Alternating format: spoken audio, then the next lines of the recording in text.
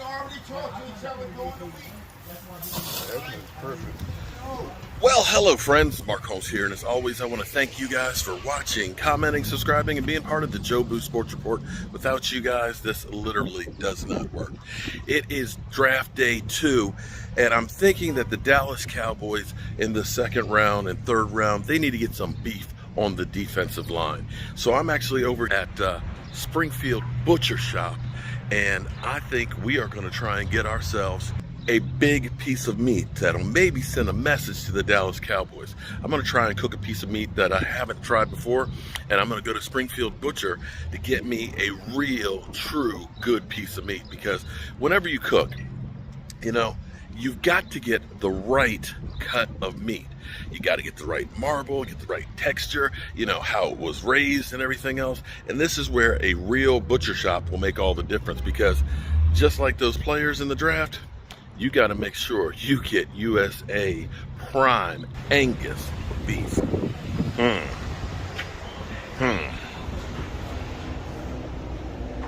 Gotta like the smoker. How you doing, sir? I am doing wonderful. I need a tomahawk, a big, fat, juicy, flavorful tomahawk steak. All right. I got four. Okay. So, now are these aged? They have been aged. The case here is designed to basically dry as well. It's out here. Okay. Yeah, I pretty much say that, touch another one if you want. Those look okay, but looking for a real good steak. Yeah, see, it's the draft. Okay? And my Dallas Cowboys, they need to get some prime beef on the defensive line. So I'm going to cook one of these tonight to make sure that it's really good. Gotcha. And, you know, I've got a bunch of people I'm going to feed. So if I can get about, say, a 3-pound one, All right. would be fantastic. All right, sure, yeah. Ooh. I will keep the Cowboys deal. Oh, what does that mean? I get the lesser cuts as a Cowboy? First, I get molested at the deli. You see, this is the thing that you guys don't seem to understand. When you are a Dallas Cowboy fan in enemy territory, they say, oh, you can't be a real Cowboy fan because, you know, you're not from Dallas. It's easy as hell to be a Cowboy fan in Texas. It is. You don't get beat down. Look, he's like, I'll keep it to myself. You know, I won't tell anybody about that. But we're going to go ahead and we're going to get this tomahawk. Now, you see, look at that. That is dry aged. Oh, man. This is going to be good. Look, oh, that prime roast. Oh, I'm so proud. Oh, this is going to be good. So it's dry aged and all that. Any recommendations on this? I'm going to do it on the grill. I know I'm going to sear the hell out of this sucker, get about 650 degrees. I've heard salting and peppering it for about 30 minutes beforehand to let some of that moisture come out, right? It's actually a little longer than that. Maybe Okay. closer to like 2 hours, 3 hours. Honestly, the best way, especially with a piece this big, is going to be overnight in the fridge. But really all you want to do is let the salt dissolve. It just won't permeate as deep. But it definitely will do its job. Like, you want to use a coarse salt. Use a little more than you might think you need. With it being this thick. Just let it sit in the fridge, and by the time it's all dissolved, that's when you know it's ready to go. Man, all right. Well, I'm going to have fun with this tonight. Oh, my God. Okay, now, I just got a lesson there. Okay, I should have thought about this yesterday. So he's basically saying the salt and pepper overnight coarse cut is better, and don't, you know, you're not going to do too much, but it helps draw that moisture out. And I got to tell you, this sucker is heavy. Oh my God, I'm headed home right now. We're going to get this thing seasoned up. Oh my God, I can't wait. This is going to be cool, because what we're going to do, we're going to take one of those cutting boards I have. Oh boy, one of those big cutting boards, and we're going to cut that sucker open tonight before the draft. I can't wait. Wow. Okay, so I got a little bit of an education there. So my man actually said what you really should do is you should actually salt it and pepper it overnight. But, you know, if you get at least 2 hours in, it's good. Let's take a look at this. This is, you can see the dark color in it, because what they do is they actually age it, okay? So when it ages it, it helps to break down the fibers, and so it does some stuff to it, okay? It's just better being aged. So as we look at this, the thing about a ribeye that makes it really nice and tender is the fact that it's marbled. And see, the thing is you look at a nice piece, lean piece of meat. It looks pretty, and you think, oh, that's going to be great, man. That's all just steak. The problem is it'll be tough because you need the connective tissues and things and the fat in there because that melts down, and that ends up giving it all its flavor. And, of course, I like this. This is like, for me, it's like a giant lollipop. Look at it. Oh, man, look at that. This is like the brontosaurus steak from, of course, the Flintstones.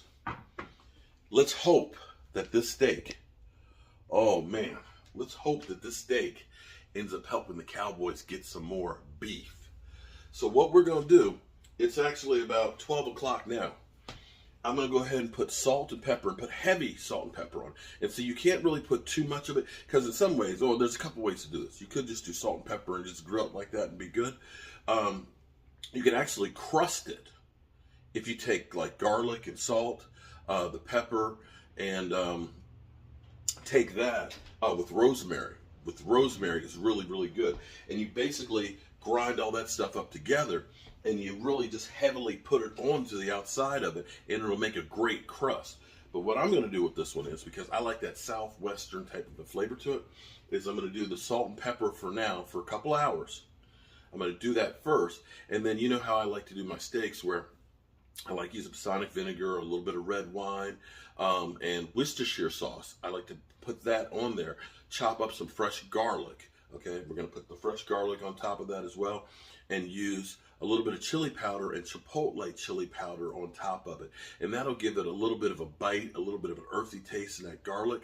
And then we're going to grill this thing. And of course, butter. So when we talk about keto, bro, it don't get no more keto than this. This is, so.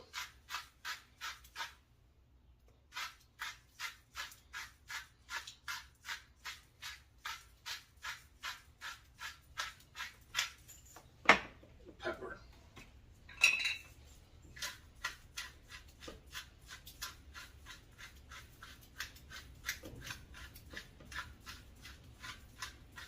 So what this is going to do is this is going to help draw out some of the moisture.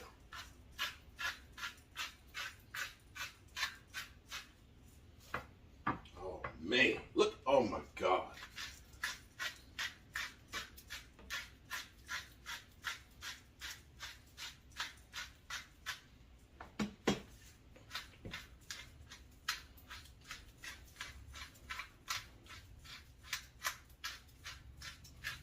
All right, step one is in the books. Woo!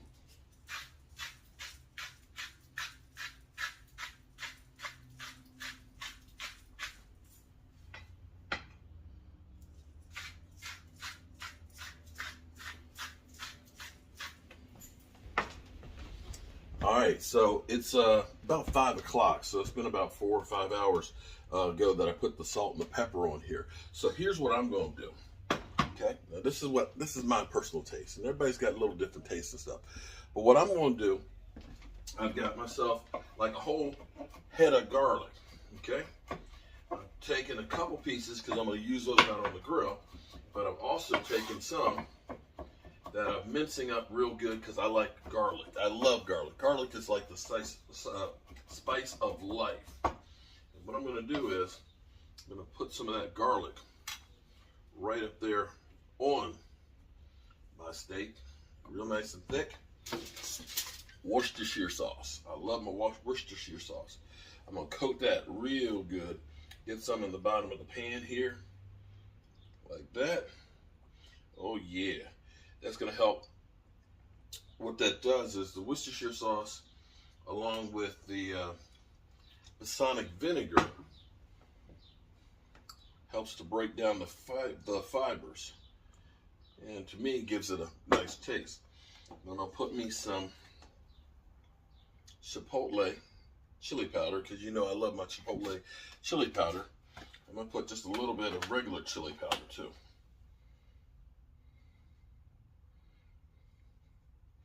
So this will give it a nice, crisp,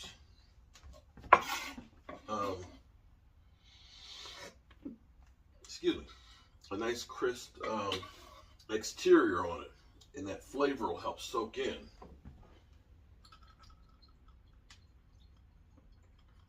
So it'll be about another hour. Let me get this. Worcestershire, almost forgot. It'll be about another hour before I get back. I got to actually run out and grab a friend, and then we're going to cook that on the grill. What we're going to do is we're going to get the grill hot as hell. We're going to get the thing about 650 degrees, and we're going to sear cross marks on it really good. Sear that sucker really well. Look at that. We're going to sear that really good to lock in that juice and the flavor and all that. And then what we're going to do is we're going to put it on the shelf, and we're going to turn it down, and we're going to put the meat thermometer in there and get it to 135 degrees. Let it slow cook. But wait, there's more.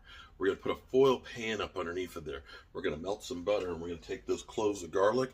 We're going to put that up underneath of it, and basically that flavor and stuff is going to go up in there. It's going to mix with the juices that are in there, and it's going to keep on rising. So we're basically using everything. All right. Right now, I got my draft shows going on live right now. I'm in the weeds. And we had a windstorm that came through, and we got bad weather. We got chicken wings cooking. And now I've got my man David over here who's going to help me out. Here's our tomahawk. Oh, look at it. Oh. You see how the garlic and everything is in there like that? I've got my grill here. You see the temperature here is at 650 degrees. That means it's hot as hell. It's hot. It's real hot. So I'm going to open this up. I'll spray a little bit of grill stuff on here. Okay? Now the nice thing about my Weber grill here is it's got this shearing piece in here. And what that does is it gets it extra hot. So I'm going to put that on there like that.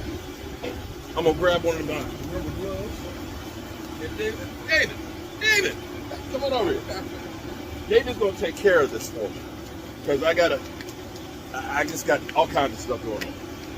You know, with broke-ass media, you got to do everything. But what we're going to do is we're going to shear this for about 2 minutes. 2.5 minutes like that. Make sure it's nice and firm on there, right? We're going to close the top on it so that way it gets, it like locks it in, right? David, say hello to her. It locks it in. And so we're going to do that, and then we're going to turn it so that way we get the cross shear marks on it. Then the next thing we're going to do is we're actually going to turn the temperature down so it's more indirect heat. And I'm going to put the shelf up on here, and here's what I got. See this? We got a stick of butter. We got some cloves of garlic. And look, piece of rosemary. Growing right over there. That's right. Grow some herbs. It doesn't get any fresher than this. We're going to put that in there, and the drippings from the steak are going to mix with that butter and that garlic and that rosemary, and it's going to baste it. You want to take a little base brush and put it on there, because butter on steak is good. All right. So, you'll let it do its magic, right? Okay. All right, he's got that. And look. Hey, you, come here. Look at this. Jobu wings. It's a party now.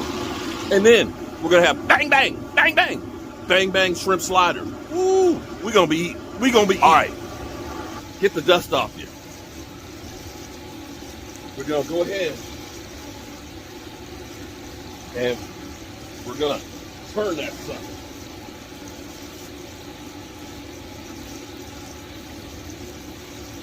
Take a look at it. Woo! All right. Look at that.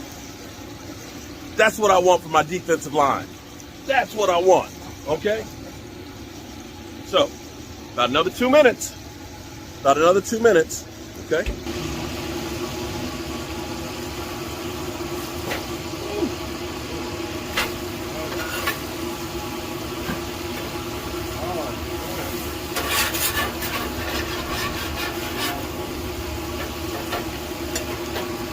This is where my free bottle is.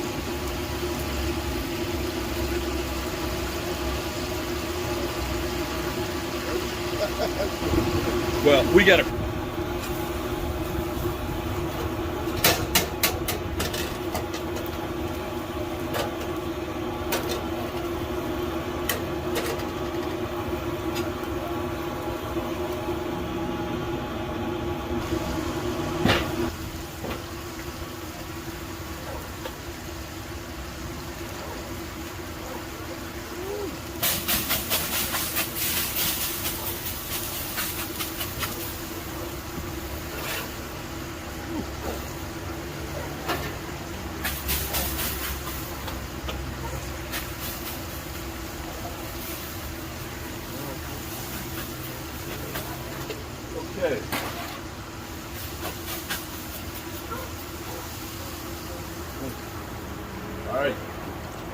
We got some indirect heat.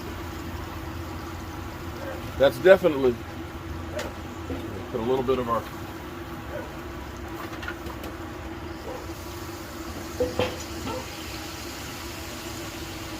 all right, so we got the sky cam because Dave's a lot taller than I am, okay? But he's actually going to take care of this, and he's marinating. So I want to take a peek at this, and you were telling me, okay, see, he's an actual chef. I am just, a home cook that just has a lot of experience because I had 2 kids I had to raise and feed. So look, he's basting this. Now take a look at this. Look at that meat right there. But you were talking about with cherries. No, chimichurri. Chimichurri. What's that? Chimichurri sauce. Oh, a chimichurri sauce. Yeah. I still don't know what that is. You could have said it was a cherry. I've never heard of it. It's cilantro, parsley, onions, garlic. What's the liquid for it? Liquid is apple cider vinegar. Sounds good.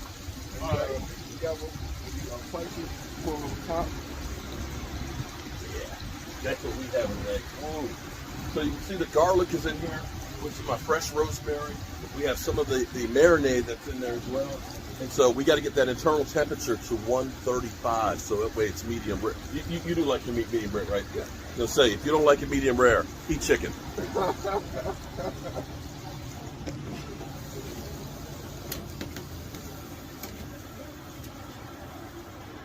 And look, shrimp for bang bang shrimp. Bang bang.